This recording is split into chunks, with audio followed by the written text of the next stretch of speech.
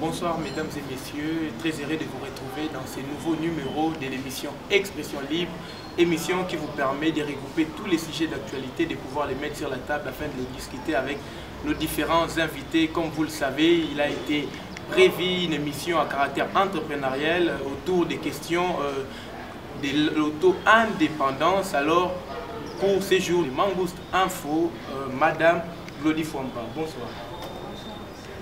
Vous allez bien? Vous le savez que nous sommes en plein ère de mondialisation, à l'ère du 21e siècle. Aujourd'hui, la jeune fille est au cœur de la tourmente. Aujourd'hui, sujet à régler.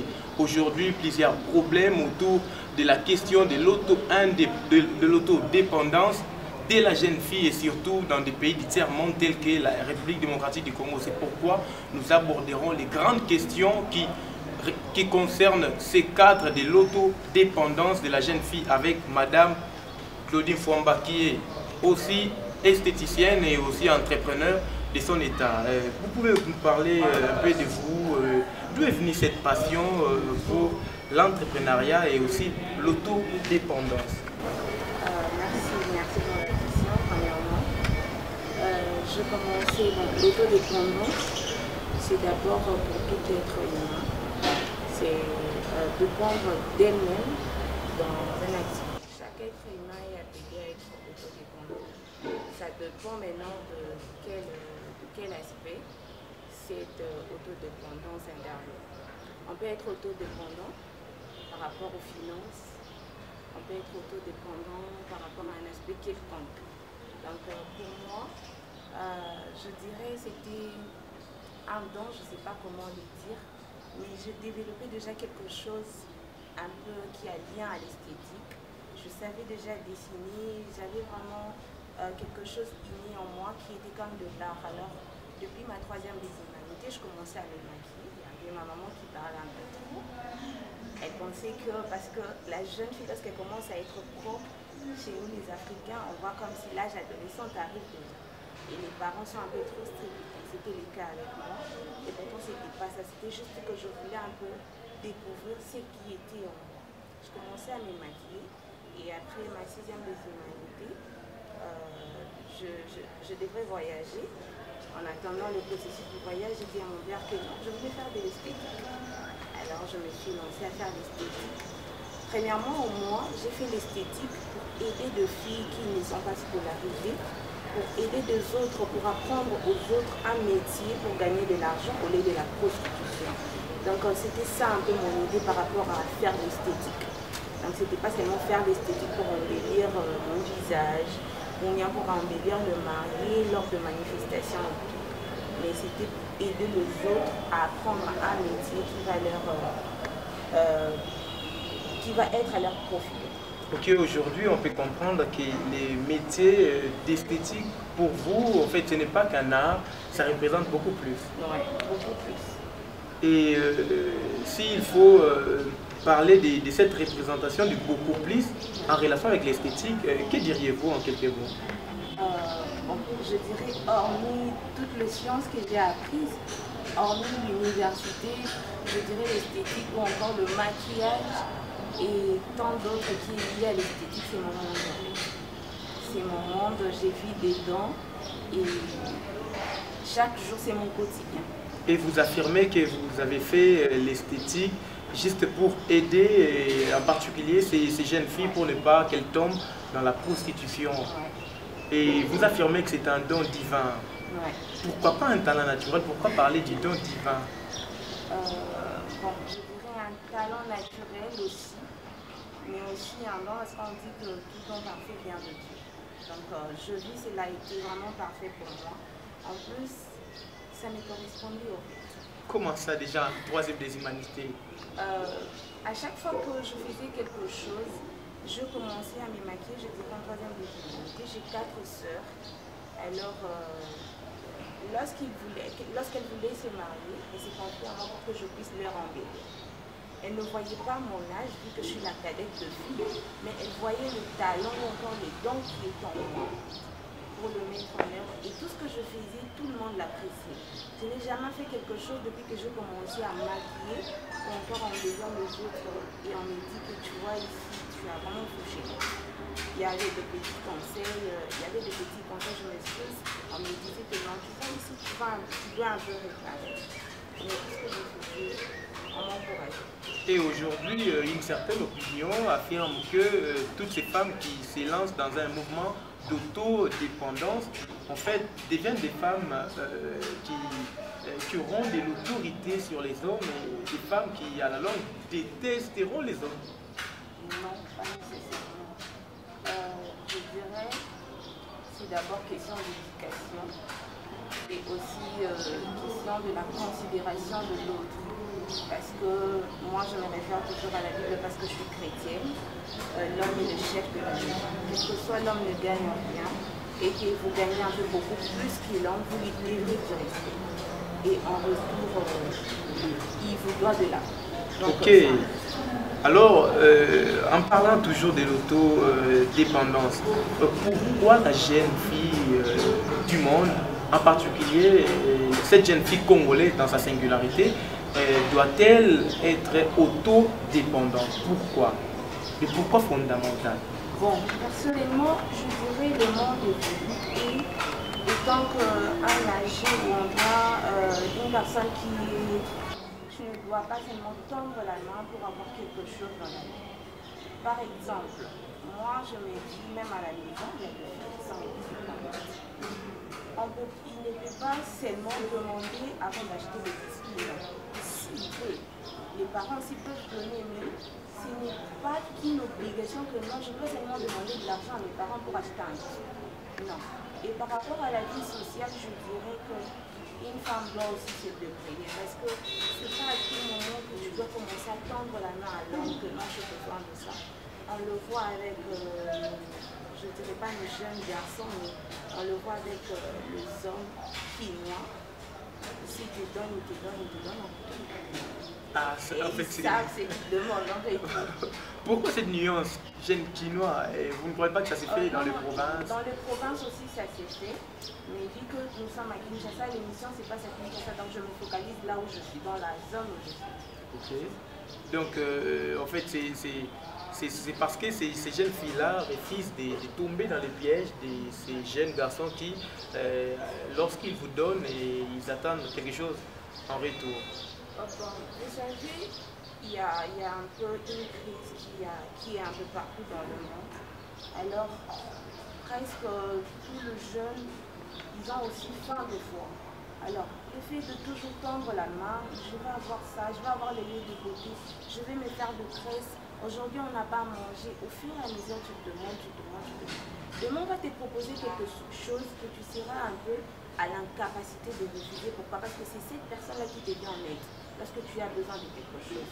Donc, je préfère que tu puisses un peu te dépendre, même si ça ne sera pas à 100%, mais au moins dans des petites choses.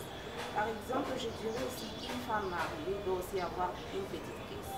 Même pas travailler, parce que ce n'est pas tous les hommes qui aiment que leur femme puisse travailler. Mais au moins une petite caisse à côté, parce que ton homme peut-être sera au travail et ta belle famille peut venir, tu ne peux pas payer. Allô chérie, je dois acheter les sucrets. C'est trop bas pour moi. C'est vraiment trop bas. Donc il y a de petites choses ou encore de demandes qui se font à la maison qu'il ne faut pas seulement recourir à ton homme qui est au travail en mission de service et qui toi-même tu peux, comment je peux dire, tu peux résoudre. Et alors, toujours dans ces domaines de l'esthétique, qu'avez-vous fait en termes de réalisation? On parle aujourd'hui, comme les dons divins en vous, l'avez-vous déjà mis au service des autres, ces jeunes filles surtout en particulier? Oui, déjà. Des formations? Moi, il y a des gens qui me proposent, est-ce que je peux passer pour que tu puisses m'apprendre le maquillage? Il y a des gens qui passent à la maison et m'apprennent le maquillage. Et actuellement, je suis community manager à ML Beauty Bar, je suis sur 24. J'invite aussi les gens à venir faire le massage, maquillage, tissage, des ongles. Et j'apprends à beaucoup de gens. Je maquille de mariés, je maquille mes amis. Deux fois c'est gratis. Une personne fait le mariage. Au lieu qu'elle dépense 200 à 250 $, ça peut l'aider avec la boisson, quelque chose. Alors moi je le fais. Et que faites-vous sur terrain, des actions, des grandes envergures? Parce qu'on a l'impression que ces domaines est tellement ravalé au Congo parce qu'on n'entend plus ou on n'entend pas parler de l'esthétique parce que prenons moi, j'entends juste parler du terme esthétique sans pour autant vraiment savoir les tenants et les aboutissants en fait. Ça consistait à quoi et quelles sont les actions que vous avez menées sur le terrain? Pas seulement vous, et je parle même de votre entreprise ou d'autres personnes qui font le même métier que vous. Pour notre entreprise, moi personnellement, les actions sur le terrain, pas encore. Mais j'envisageais commencer à partir dans 2 heures plus. Faute de moyens, je n'ai pas encore commencé pour apprendre à ces jeunes filles le métier. Parce que de gagner même un 5 dollars, un 5 000 francs, ça peut les aider avec, je m'excuse pour le terme public, avec le sous-vêtement. Tu ne peux pas demander, je vais acheter le sous-vêtement dans le soutien. Parce que lorsque ces filles-là sont propres, ça leur évite aussi de maladies. Donc, un petit rien qu'elle peut gagner, ça peut l'aider à acheter une robe générale. Avec notre entreprise, on n'a pas encore commencé les descendre sur le terrain, mais on est beaucoup plus sur les réseaux sociaux. Donc, en termes de esthétique, je dirais, il y a beaucoup de... je ne sais pas si je dois parler d'aspect, mais il y a beaucoup c'est comme une maison, un peu de chambre et tout. Il y a le make-up, le massage, il y a beaucoup de trucs à l'intérieur. Dans l'esthétique, il y a aussi les massages. Dans l'esthétique, on trouve beaucoup de trucs. Et en fait, j'ai une certaine opinion, croit que l'esthétique serait un métier féminin. Est-ce que les hommes aussi sont appelés à pouvoir exercer en tant qu'esthéticien? Si, les hommes aussi sont appelés. Vous en connaissez aussi 1, 2, 3 ici au Congo? Oui, j'en connais. Adolphe, papa Arnold que j'ai salué en passant. J'en connais. Il y a 2 hommes qui les font très bien, même plus que les femmes. Plus que les femmes. Et je dirais même à Gambela, il n'y a que des hommes que les femmes. Et là, quand la maison, il y a des hommes qui font les métiers de femmes. Ok, et encore, pourquoi y a-t-il pas de l'accompagnement en ce qui concerne... En fait, je parle de l'accompagnement de l'État congolais parce que vous êtes en train d'exercer dans un environnement bien déterminé. Pourquoi l'État congolais, selon vous, je parle de votre appréciation, de votre analyse, pourquoi l'État congolais n'arrive-t-il pas à vous accompagner? Bon, ne pas arriver à nous accompagner, je dirais c'est un peu, ça pèse un peu. C'est pas que l'État congolais n'a pas de la volonté, mais avant chaque chose, il faut d'abord faire un peu. Il faut d'abord que l'État congolais puisse voir la volonté que les Congolais manifestent eux-mêmes avant qu'ils puissent mettre la main sur ça. Donc s'il n'y a pas quelque chose, tu peux dire que non, j'ai besoin de construire une maison, tandis que tu n'as même pas acheté une parcelle, ou bien encore du sable en fait. Donc l'État congolais a besoin de jeunes qui sont motivés et qui font un pas. Et alors si jusqu'aujourd'hui on ne sent pas vraiment la présence de l'esthétique dans nos communautés, c'est parce qu'il y a de moins en moins les gens qui sont motivés et qui n'ont pas de volonté alors, selon la logique de vos pensées. Parce que vous dites que l'État est capable, mais il faut juste que les jeunes aient de la volonté. Donc si jusqu'aujourd'hui on ne sent pas vraiment la présence de l'esthétique dans nos communautés, cela revient à voir que les jeunes ne sont pas en fait volontés pour apprendre, s'inscrire dans cette logique. Bon, les jeunes apprennent, je dirais beaucoup plus.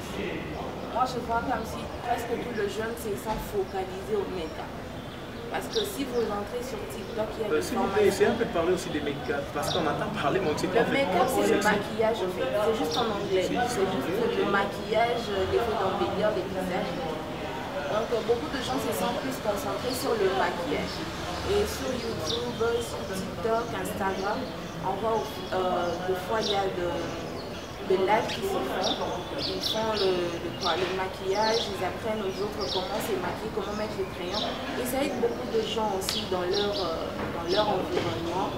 Ça apprend à beaucoup. Tu achètes un giga et puis tu apprends quelque chose sur TikTok. Donc c'est un peu ça. Mais dire que l'État congolais n'a pas vraiment, je ne sais pas si les termes que vous avez utilisés. Je dis, n'arrive-t-il pas à accompagner les jeunes? En fait, c'est pas tout le monde qui tend la main à quelqu'un qui n'a pas compris. C'est pas tout le monde. C'est quelque chose qu'on est avec. Tu vois, partager, c'est quelque chose qu'on est avec. Je ne dis pas que l'État congolais ne partage pas. Mais il y a d'autres personnes, avant qu'ils puissent t'aider, il faut d'abord que tu demandes. Est-ce que les jeunes Congolais ont-ils demandé? Ils ont-ils formulé des plaidoyers? Voilà. Ils ont-ils fait de projets? Ils ont-ils introduit leur projet? Ok, alors vous parlez des chrétientés, excusez, nous aimerions savoir, parce qu'en fait la Bible dit les désirs de la femme se porteront sur son mari. Alors vous aujourd'hui, vous prônez l'autodépendance. Alors, est-ce que l'autodépendance ne serait-elle pas aussi à l'origine de beaucoup de couacs dans le couple? Parce que les désirs de la femme doivent se porter sur son mari. Vous êtes chrétien et c'est la Bible. Ouais, c'est la Bible, mais rien n'empêche que chaque personne puisse faire ce qui est bon pour lui ou bien ce qui lui met à l'aise. Bon, par là, je dirais le soulagement ou encore la force de relation spirituelle. C'est la communication entre deux personnes. Et lorsque le dialogue vient dans une relation ou bien dans un couple, vous verrez que ces gens-là vont vraiment focuser. Ils iront de l'avant. Donc, avant tout, il faut d'abord parler à son conjoint. Tu vois, j'ai besoin de ça, je veux faire ça, je veux faire ça. Bon, je ne vois pas quelqu'un qui est un peu, je dirais, sensé ou bien réfléchi de refuser quelque chose qui est normal. Par exemple, une femme qui dit chérie, je veux ouvrir un salon de coiffure. Et un homme qui dire que non, je refuse. Bon, par motif de jalousie. Oui, ça arrive aussi. Surtout quand on est belle, l'homme aura tendance à croire qu'en exerçant, on risquerait de vous draguer. Même si j'ai confiance. Il faut convaincre son homme, il faut savoir comment convaincre son homme pour qu'il accepte. Et alors, comment s'y prendre? En fait, parlant de l'autodépendance, en fait, ici on essaie un peu d'élargir les champs d'action, pas seulement de l'esthétique, les domaines dans lesquels vous êtes en train d'œuvrer. Comment vous pouvez aider cette jeune fille à pouvoir devenir autodépendante? Peu importe le domaine dans lequel elle se trouve, en fait, quelle est l'astuce par rapport au talent, au don qu'elle a? Ce que je dis, premièrement, quel que soit leur foi, leur religion, parce qu'il y a beaucoup de foi, il y a plusieurs croyances, je m'excuse. Il y a plusieurs croyances, je leur dirais de juste croire en Dieu. Moi, je suis chrétien, je dirais juste de croire en Dieu et de mettre de la volonté dans ce qu'il faut faire. Quel que soit vendre de l'eau de 500 francs, il n'y a pas de faux métier. Si tu mets juste de la volonté dans ce que tu fais, tu verras que ça ira de là. Et de plus en plus, les gens ont tendance à croire que aujourd'hui, vous avez entendu parler des concepts tels que la parité, l'égalité, en fait ces concepts-là. En fait, de plus en plus, les jeunes filles veulent devenir autodépendantes parce que, en fait, elles ont rencontré des réalités plus ou moins douloureuses. La maltraitance, soit dans un couple, soit à la maison, et des réalités en fait dans ce sens-là. En fait, croyez-vous aussi que ce sont ces réalités-là en fait qui sont vraiment la motivation cachée des jeunes filles à pouvoir chercher ces chemins de l'autodépendance? Il ne faut pas ignorer d'autres raisons. Ça peut aussi être l'une des raisons. Je dirais l'autodépendance, ce n'est pas parce qu'ils ont traversé une quelconque chose qu'ils sont motivés à être autodépendants, sinon ce n'est pas ça. Tu vois, lorsqu'on arrive à un certain âge, il y a d'autres choses. On est poussé à les faire par nous-mêmes. Donc, pas seulement financièrement, mais par exemple, je dirais, un enfant qui grandit, un bébé de 2 ans, 3 ans, avant d'aller faire caca. Il dit, maman, lavage, je dois faire caca. Et lorsqu'il va grandir, un garçon de 15 ans ne va pas dire à sa maman avant d'aller aux installations hygiéniques que non, je vais aller aux installations hygiéniques. Donc, c'est aussi s'autodépendre en fait. Donc, tu as toutes les capacités que tu peux utiliser pour aller aux installations hygiéniques. Donc, à un certain âge, on est appelé à être autodépendant. Donc c'est une obligation pour un adulte. À un certain âge, tu ne peux pas tout dominer. Tu ne peux pas. Et si l'homme te l'imposait? Parce qu'on parle de la jeune fille. Et si l'homme ne voulait pas que madame le lui Fouamba exerce des activités pour lesquelles elle a été formée à l'université ou dans un centre. Mais même, en fait, parce qu'il y a des hommes qui rejettent aussi la communication. Ouais. Point barre, je ne veux pas d'une femme qui travaille. Il doit se dire. Moi, pour moi, tu dois me dire pourquoi tu refuses. Je ne peux pas refuser comme Généralement, ça. c'est par motif de jalousie. Non, en fait, je dirais la jalousie, oui, la jalousie existe. Mais tu dois gérer ta jalousie. Parce que cet argent-là, ça peut aussi nous aider. Ça peut aussi nous aider. C'est pas seulement que ce que tu gagnes, c'est ce qui va aider la maison. Bien sûr, il y a des gens qui gagnent des millions et tout, ça peut vraiment subvenir à tous les besoins de la maison, mais moi je dirais une personne aussi, le travail ça rend aussi quelqu'un, donc ça change aussi des idées, c'est pas seulement chaque jour tu es à la maison. Cet univers-là, tu pars au travail, tu es un peu cultivé au fait, tu as acquis de l'expérience et tout. Donc, en vous entendant parler, on comprend en fait que le travail, en fait vous aimez être en mouvement. Ouais, j'aime. Et que les statu quo, l'immobilisme pour vous est un défaut. Moi je dirais que je serais comme une personne inapte. Bon, parce qu'il y a un auteur qui affirme que le travail anoblit l'homme. Ouais, ça rend l'homme. Et de plus en plus, il y a ces jeunes filles qui sont actuellement en train de vous suivre. Et si on vous demandait de passer un seul message à cette jeune fille congolaise, chinoise qui vous suit en ce moment, quels seraient ces messages? Déjà, je dis plutôt à toutes les filles, je vous encourage, quel que soit ce que vous faites. En tout cas, ne baissez pas le bras. Tu peux échouer aujourd'hui, tu peux échouer demain, ne baisse pas le bras. Donc ne sois pas toujours dépendante de ton homme, de ton copain, de ton fiancé. Ça te rend un peu... ça te stagne en fait, ça te fait tourner en rond. Dépendant de faire ce que toi tu aimes. Dans des affaires, il y a des filles qui envisagent d'aller à Dubaï. C'est pas du jour au lendemain que tu te réveilles comme ça le matin et tu arrives à Dubaï. Non. Ça commence par toute chose commence par 1, 2, 3 et puis tu auras le million. Donc je vous encourage, quel que soit le métier que vous faites, le tresse, maquillage, décoration, vous vendez de l'eau, du jus, tout ce que vous faites, en tout cas je vous encourage à le faire encore et encore et mettez-y de la volonté. Et surtout, il faut prier Dieu pour que Dieu puisse étendre sa main dessus de votre travail. En tout cas, que Dieu vous... Mettez-y de la volonté, aimez le travail, perfectionnez vos dons. Surtout, n'oublions pas la prière. Dixit Claudine Fouamba, je rappelle, vous êtes esthéticienne de formation, jeune femme engagée pour le développement personnel, l'autodépendance. Merci d'avoir répondu à toutes les questions de la rédaction de Mangouste Info. Merci. Merci beaucoup. Comme nous le disons, aujourd'hui, la jeune fille est au cœur de la tourmente. La jeune fille aujourd'hui est en perte de repères, se jetant dans diverses activités plus ou moins illégales, plus ou moins illicites, plus ou moins immorales.